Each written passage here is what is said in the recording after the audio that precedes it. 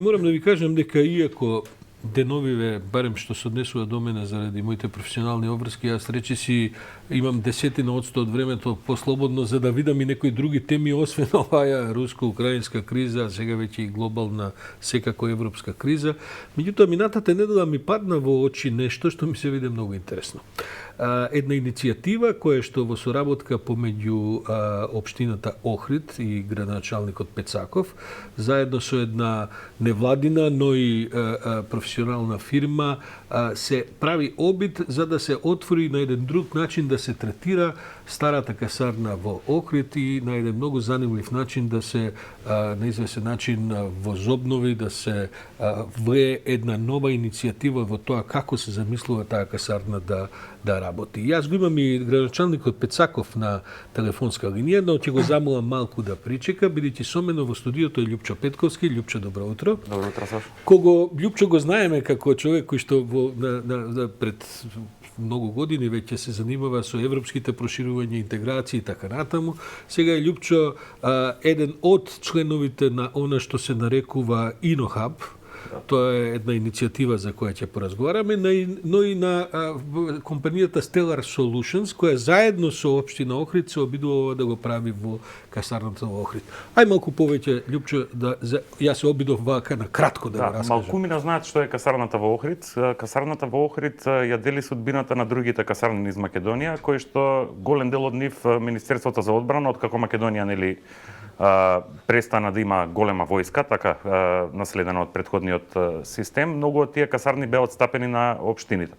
Касарната во Охрид е Само да кажем, тие касарни обично се наоѓаат на добри позиции. Одлична позиција, значи, не се баш можда во центарот строг, но се во едно урбано подрачје, бидејќи така ги правеа на времето во една. Во Охрид касарната се наоѓа Харши наспроти новата автобуска станица, станува збор за 20 кусур хектари земјиште, на кој што има 7 или 8 големи објекти, од кои што само 2 се во да кажеме делумно во функција.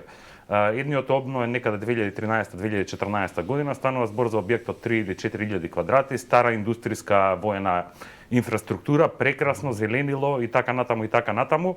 Она што ние со општината, мојата компанија, каде што сум коосновач, го туркаме како иницијатива, е целиот тој простор да се преобмисли и да оди во насока на планирање, значи во наредните 10 години таму, на трансформација на целиот тој простор во технолошко-рекреативен парк. Рекреативен парк знаеме што е, тоа е парк каде што луѓето нели доаѓаат, шетаат, се трга центарот на Охрид натаму, технолошки значи. Љупчо, звучи модерно целата идеја и таа се разбира не е нова, такви идеи се циркулираат низ светот и така за Македонијата.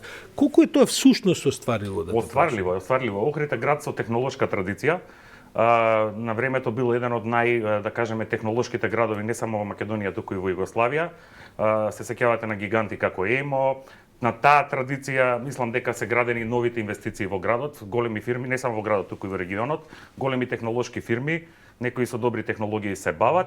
Децата на луѓето што го воделе ЕМО или што работеле во ЕМО, тоа се деца што имаат, тоа се денес луѓе во средни години, рани средни години како мене, што имаат своји фирми, дали во Охрид, дали во Скопје, дали низ светов. И информатичари, инженери, пред све IT секторот кој што знаеме дека е сектор кој што носи најголема додадена вредност во нашата економија. Лесно се извезува, додадената вредност нема поголема додадена вредност во ниту еден сектор во Македонија. Нашата идеја е да направиме некаков нетворкинг со локалните IT потенцијали, не само фирмите, универзитетот, општината и така натаму, дел од просторот од касарната како прв чекор на воспоставување на целиот простор и развој негов кон технолошка зона, да биде воспоставувањето на стартап центарот, така наречен касарна хаб. Тоа име го одбравме. Ајде, само малку да застанеме тука, бидејќи господинот Кирил Пецаков, градоначалникот на Охрид, мина телефонска линија. Добро утро, господин Пецаков. Добро утро. Се надевам дека го слушнувате Љупчо со колкава енергија го објаснува проектот и така натаму. Ме интересира вашата позиција. Ако смеам малку да ве конфронтирам со една тема која што долги години се дискутира, па и децении. Охрид, дури ни факултетот за, како да кажем, за богословија не се дислоцираше во Охрид, кој што е нели православниот центар на светот, ако сакате. Охрид му недостасуваат овој вид на иницијативи кои што ќе го поврзат, иако има меѓународен аеродром, што е една голема, да кажем, поволност. Охрид главно се третира низ оваа кафеанско летна понуда како езерски рекреативен центар. Ова дава можност за нови содржини. Гледате ли во тоа шанса? Секако дека да. И токму затоа оваа идеја не е останата само на идеја, него напротив, градиме силно нанапред, пошто да бидеме реални, ова сепак е проект кој што е 3 години поддржан од Европската унија и финансирана, секако дека после тоа треба да се пронајде начин се тоа да биде одржливо. За таа цел веќе имав состанок заедно со раководител на секторот за туризам и локален економски развој со представници од Израел, кој што Израел можам да кажам е број еден во светот по однос на стартап системи и центри. Би рекол, тие беа представници и од Израел директно од Тел Авив, каде што е најголемиот стартап центар, и од Чешката република, меѓутоа исто така поврзано со луѓе кои што се со потекло некакво од Израел. Што значи дека нашата идеја е токму после овие 3 години вакво нешто да обстои, а зошто е токму интересно како технолошко-рекреативна зона покрај она што треба представува стартап центар, сега дека тука се и авантуристичкиот парк, памп-ап велосипедската патека, трим патека за шетање околу целата зона. Секако, не знам дали знаете, тука веќе во изработка голф терени, и Охрид ќе биде првиот град во Македонија кој што ќе има голф терени, има фудбалско игралиште, кошаркарско, така да ги има сите предуслови ова да прерасне во интересна... За колкава инвестиција станува збори? Колку општината учествува во тоа? Во почетната фаза општината воопшто не учествува, него сите се средства добиени од Европската унија. Се работи за милиони, бидејќи следното прашање ми е логично. Околу 800.000 евро, 800 и не. Добро. Бидејќи се работи за еден многу интересен проект, имате ли соработка со централната власт, бидејќи претпоставам дека тука некаде ова не може да биде само општински проект, тој има важност, бидејќи Охрид се разбира. Кај не знаете како е, вие сте од една партија, они со друга партија, па најчесто завршува на пресконференции со кавги. Има ли шанса за соработка на овој проект?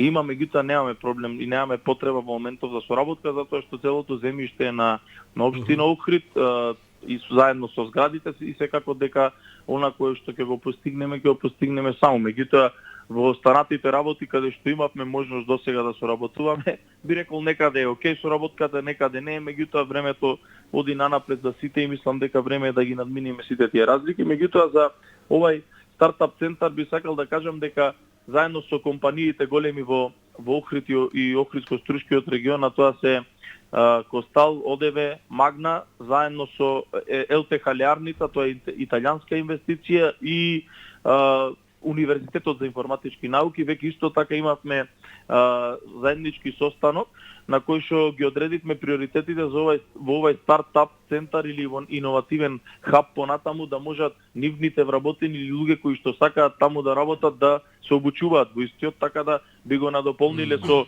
3D принтери, CNC машини и сите оние работи кои што се потребни за да функционираме во еден склоп, затоа што веќе една соработка со овие фирми имаме во електромашинскиот училишен центар, каде што овие 4 фирми заеднички имаат паралелка која што е опремена значи со голема, да кажам, технологија од отприлика 500-560.000 евра преку германската амбасада, се со цел да имат готови продукти после 4-та година средно, а оние кои што вредат и да ги стипендираат па за да работат во нивните фирми.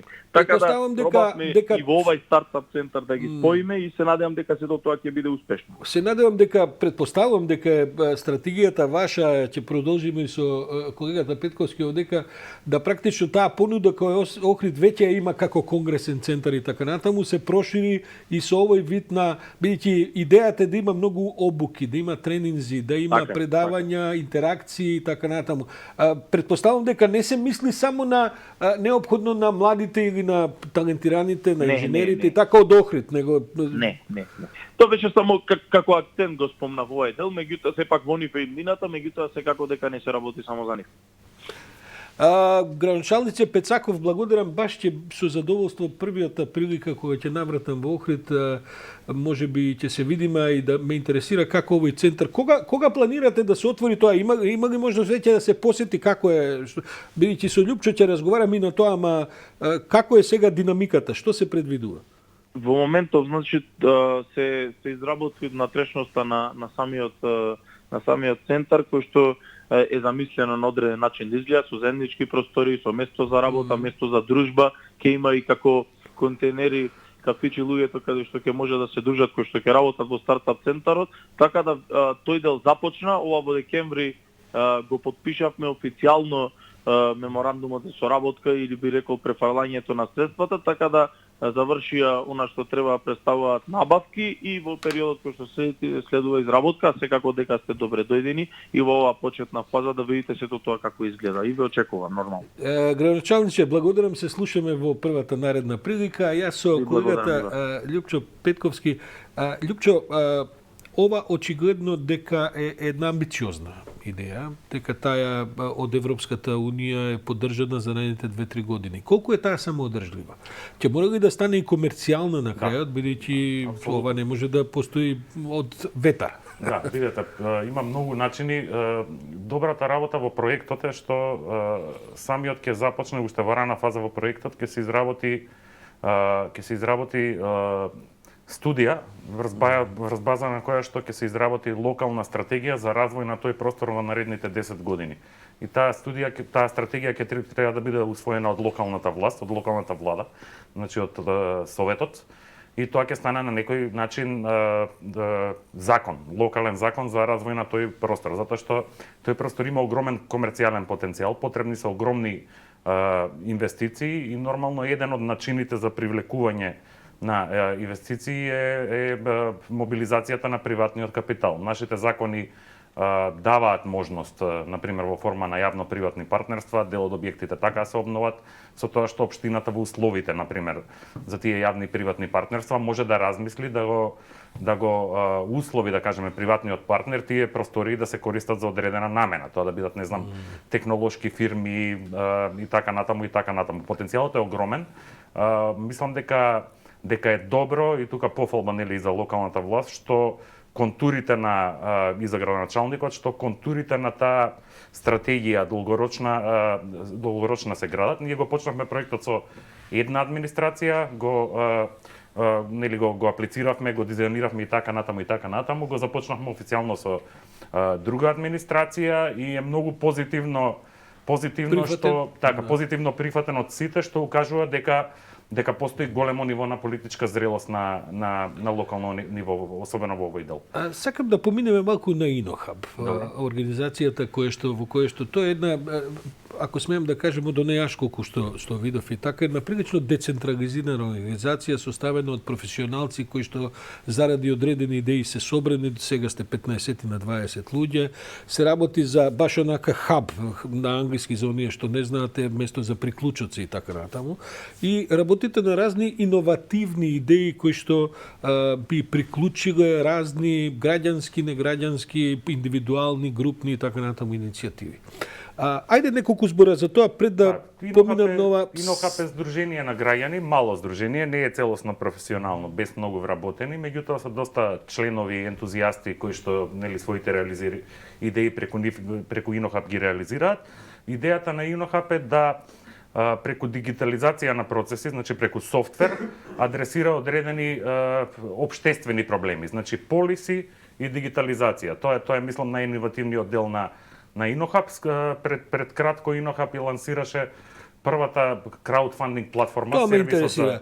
Да објасниме што е краудфандинг, бидејќи не е неопходно сите разбираат. Вака ќе да речеме, значи проблемот тука беше зависноста на невладините организации од фондови, од билатерални фондови. Знаеме дека има одредена сума на билатерални и фондови на меѓународни организации во Македонија наменети за невладени организации. Обично пристап до тие фондови имаат, да кажеме, поголемите бирократизираните невладени организации, додека мнозинството на невладени организации, граѓански иницијативи немаат пристап до фондови. Само да кажем дека така? бидејќи тие фондови се такви, бараат одредена бирократска структура од другата страна Така. за да задоволи административните потреби со кои се администрираат овие фондови. И тогаш мали организации едноставно немаат таков капацитет. Немаат пристап и идејата со оваа апликација, тоа е веб апликација, меѓутоа и на мобилен совршено се користи, респонзивна е.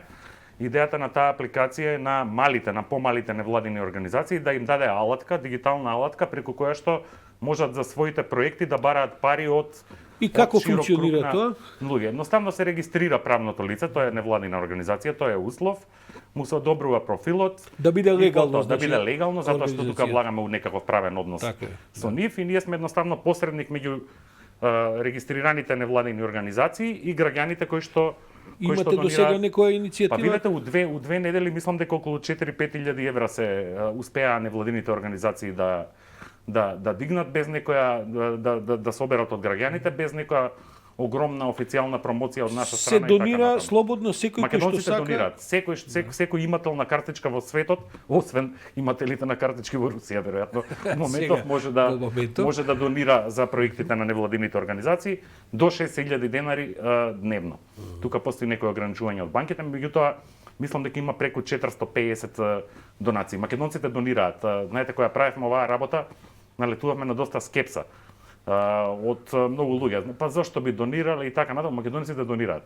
Нашите граѓани донираат. Интересна е таа забелешка ти овде кога се разговари за ниво на солидарност, на ниво на хуманитарни акции и така натаму, како да постои една мрзеливост која можеби во стварност и не е така. Еве вашата иницијатива покажува дека луѓето донираат, доста треба да се вложи во едукација на самите фандрейзери, односно на самите организации што собираат пари, за да знаат како да ги прописно да ги тераат своите кампањи. Мислам дека огромен потенцијал има исто и диаспората. Диаспората е се поголема, нели, нашата диаспора, све пораспространета. Меѓутоа луѓето уште држат врски со државата и сакаат да помагаат. Меѓутоа од ова искуство што го имаме неколку неделно, сваќаме дека постои огромен потенцијал за изградбата на таа домашна филантропија. Љупчо Петковски, бидејќи Ѓунер Исмаил ми е веќе во студиото со кого продолжувам веднаш после тебе, да искористам прилика, бидејќи си ти експерт, долги години се занимаваш и со следење на европските политики и така натаму. Како ти се чини сега тебе моментот, да не сумирам зашто го прашувам ова прашање за се ова што се случува, за македонската можност и не само македонската за побрзо напредување кон Европа или можеби обратно ќе се случи тој интегративен пат сега уште повеќе да се искомпликува? Не, мислам дека у секоја криза има шанси и една од научените лекции од оваа криза за Европа ќе биде тоа дека мораме да бидеме повеќе солидарни, затоа што целата оваа криза ни покажа колку сме ранливи. Така што мислам дека до крајот на годинава, многу скоро време, ќе се отстранат и тие последни блокади од Бугарија и не само за однос на Македонија, мислам дека однос на целата политика на проширување работите драстично ќе се променат. Кога Германија успеа да се повторно милитаризира после 60 години бегање, нели, од тогаш мислам дека нема да има проблем никаков за политиката за проширување. Ете, следната тема за која ќе се видиме во некоја наредна прилика, бидејќи овие теми ќе имаат уште и развој и нема да имаат крај. Љупчо Петковски, благодарам за оваа баш убава една информација, затоа што конечно не е се во животот така сведено само на проблеми, песимизми, цинизам и така натаму, има убави идеи кои што треба да се искористат. Благодарам уште еднаш.